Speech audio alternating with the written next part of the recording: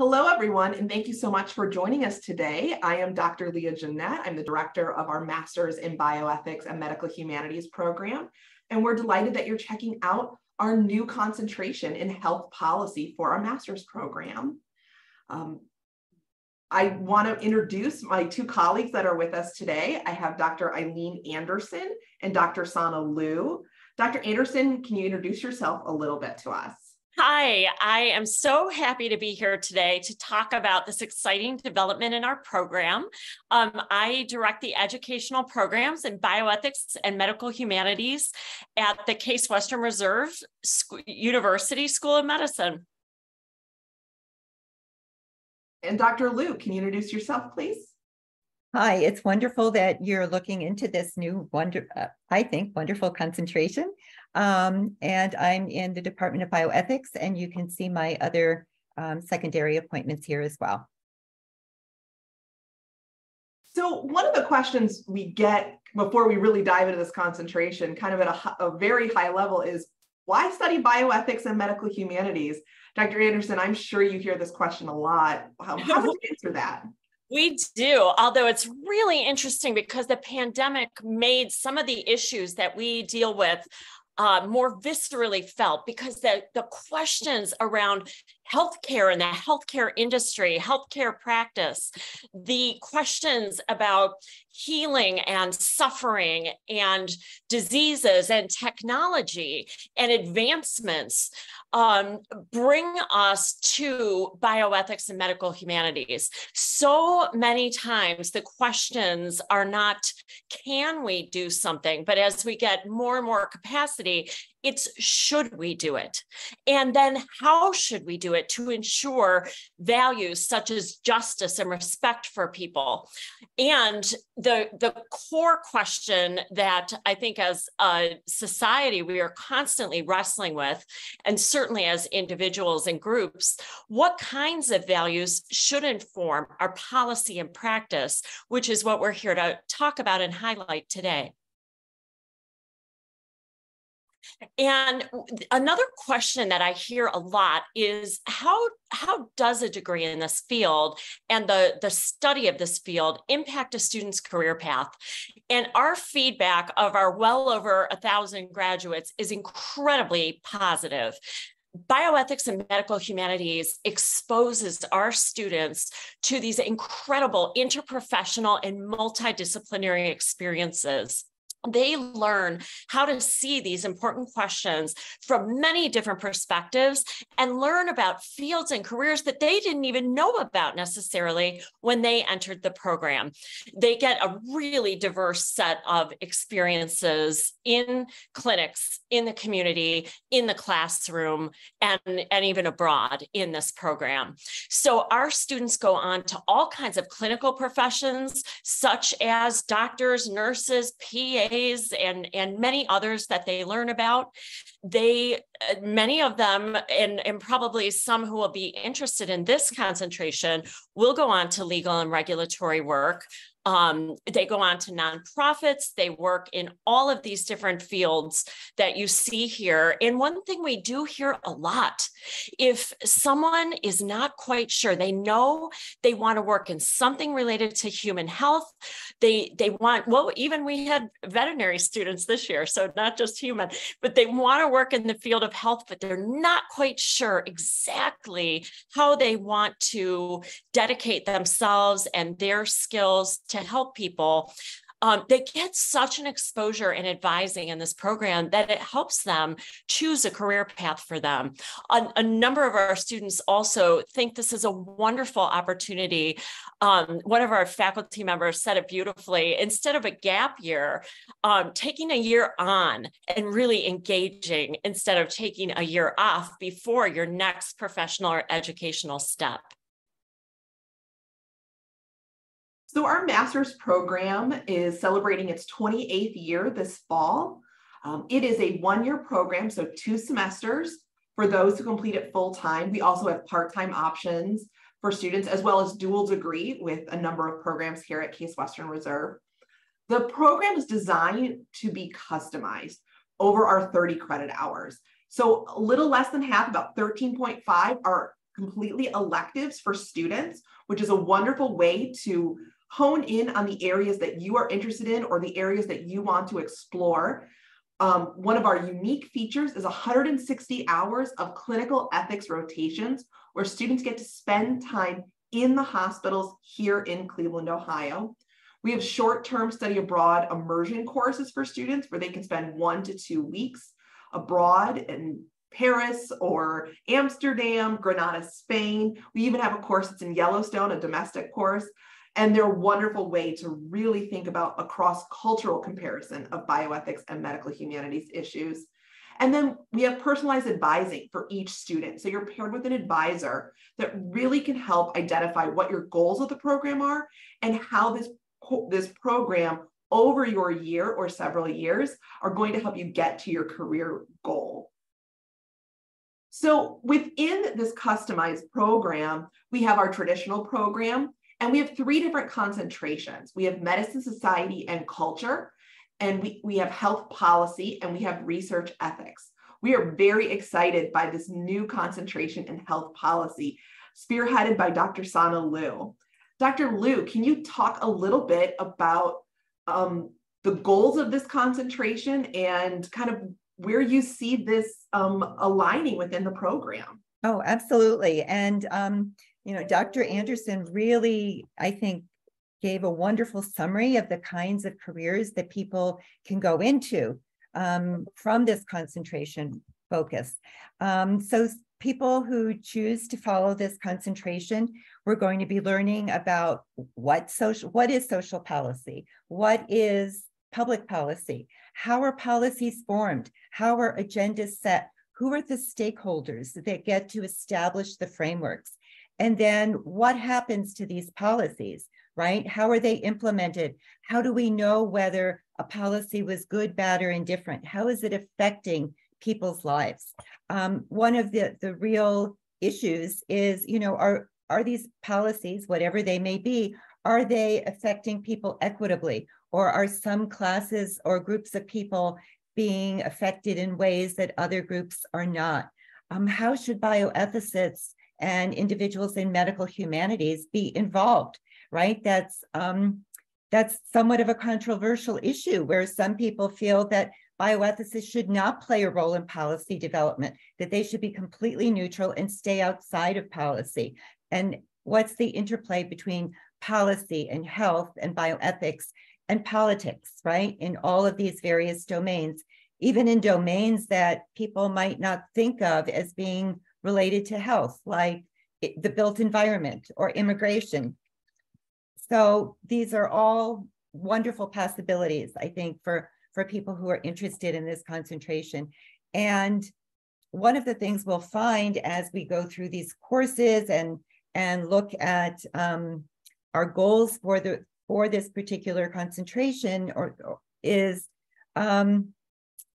the many ways in which bioethicists really can play a role, right? Whether it's in government, whether it's with nonprofits, whether it's with public agencies, whether it's as in the context of offering consulting services, right? Or working for a hospital or an institutional review board. So one of the great things about our program is the way that we have designed these concentrations. And so they can run in parallel to each other. And of course, there's a lot to be said about our different concentrations, how they can be combined or do more than one. And that's a discussion for another day. But I'd love for Dr. Liu to talk more specifically about the courses that are going to be offered in the health policy concentration. Well, there are 3 courses as part of this concentration. The first one is going to be offered in the fall, and it's sort of lays the foundation as the kickoff for the health policy concentration each year. It's a 1.5 credit course that will meet we'll meet 6 times during the course of the semester, 3 hours each time, and we'll really be looking at what is policy. What is social policy? What is public policy? What kinds of entities are involved in the formulation of this policy?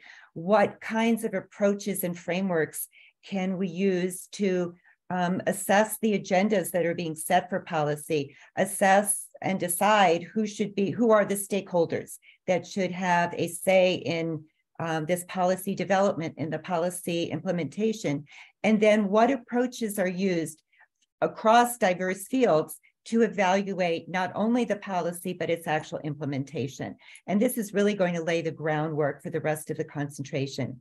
In the spring, we have a really exciting 3-credit course on case studies of health policy.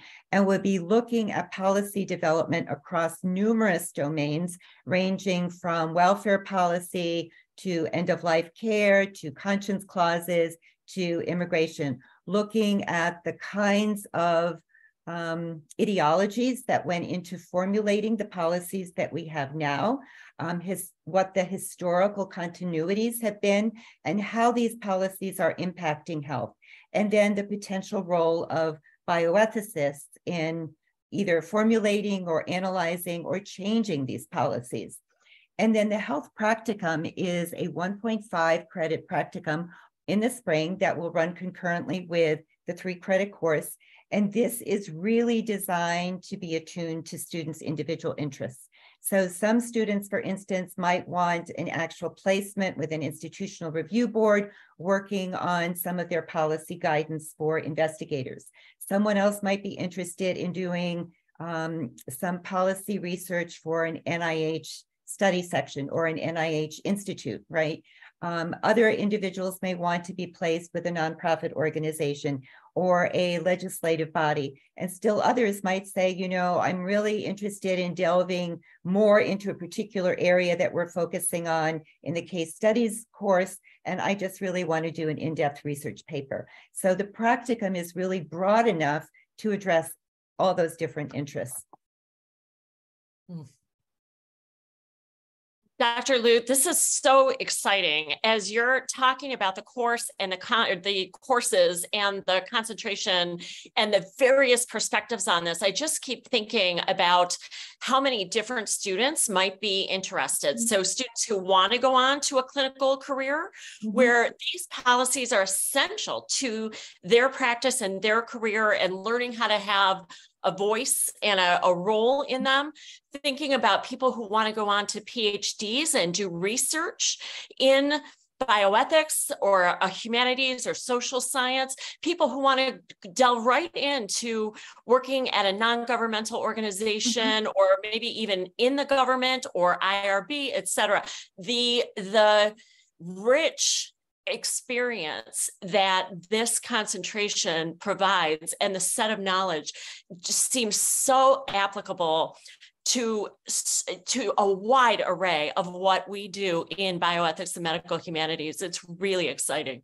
Oh, I think it's great. And, you know, even people who are interested in economics, right? Health economics. This is a perfect foundation for someone who's interested in, as you suggest, going on for PhD, even in that field, right? Yeah, and in J or a JD, obviously, too. Exactly. So, yeah, this kind of exposure and enriches any kind of future educational or practical step.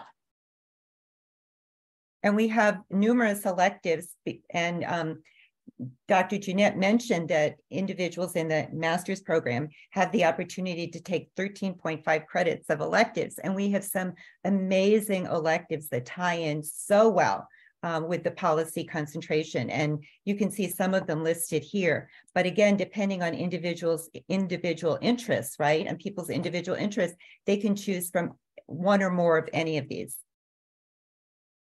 It really is a wonderful way to kind of round out the master's degree. Dr. Anderson, can you talk a little bit, just briefly, about our other two concentrations if folks are interested in maybe those others, or even just at a high level, how they could even combine with the health policy? Absolutely. And you actually could combine the health policy concentration with either of the two that I'm about to mention.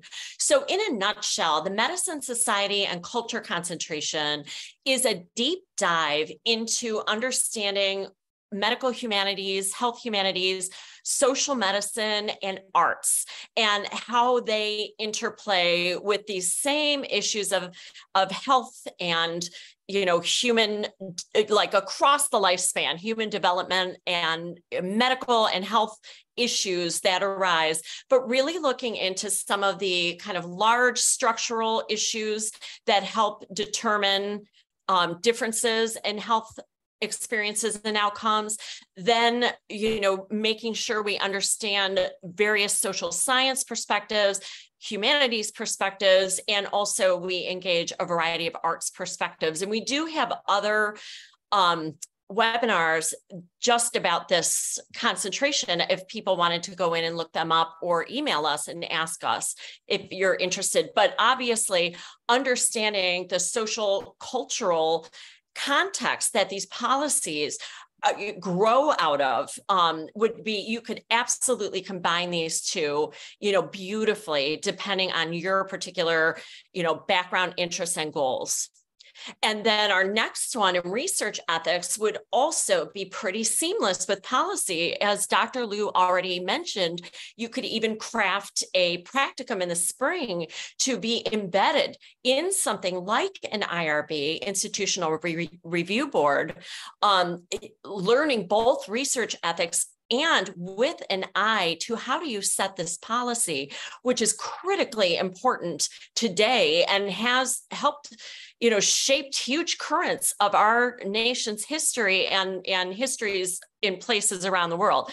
So the research ethics concentration, same kind of parallel construction with your intensive seminar and other opportunities, and then really being in it. So this is another kind of angle on snapping two of these concentrations together that could give you an incredibly rich experience, and probably one that would be very applicable to future employers. So if you haven't yet, we are still taking applications for the fall 2023 school year. Our deadline is August 1st, so there's still time. Once we've received your completed materials, including your transcripts, a personal essay, resume, CV, and 2 letters of recommendation, we will have someone from our admissions committee review, and someone else will interview you. We do this in a very quick time frame. We know that it is getting very close to the deadline. And so we make sure that we review these applications on a very quick timeline so that we can get you a decision as soon as possible so that you can move to Cleveland if you need to, get all set up and ready for the fall semester. And then going back to the timeline, like I said, our final application deadline for this fall is August 1st. We have orientation right at the end of August, and the fall semester will start on August 28th. So if you haven't submitted your application, we encourage you to do so. It's a great way to really enhance your resume, enhance your background as you're thinking about your career path. It's a great way to do so for a lot of different directions. And if you have any questions at all, please feel free to contact us. The best way is to email us, bioethics@case.edu. I'm happy to meet with you one-on-one, or I can connect you with either Dr. Liu to talk more about the concentration, or Dr. Anderson, any questions you have. And I just want to say, Dr. Liu, thank you so much. And Dr. Anderson, thank you so much to both of you for joining me to talk about this concentration. It's very exciting to see this launch for this upcoming fall. It is. And thank you for hosting us. And thanks to all who have tuned in. Thank you very much, both of you.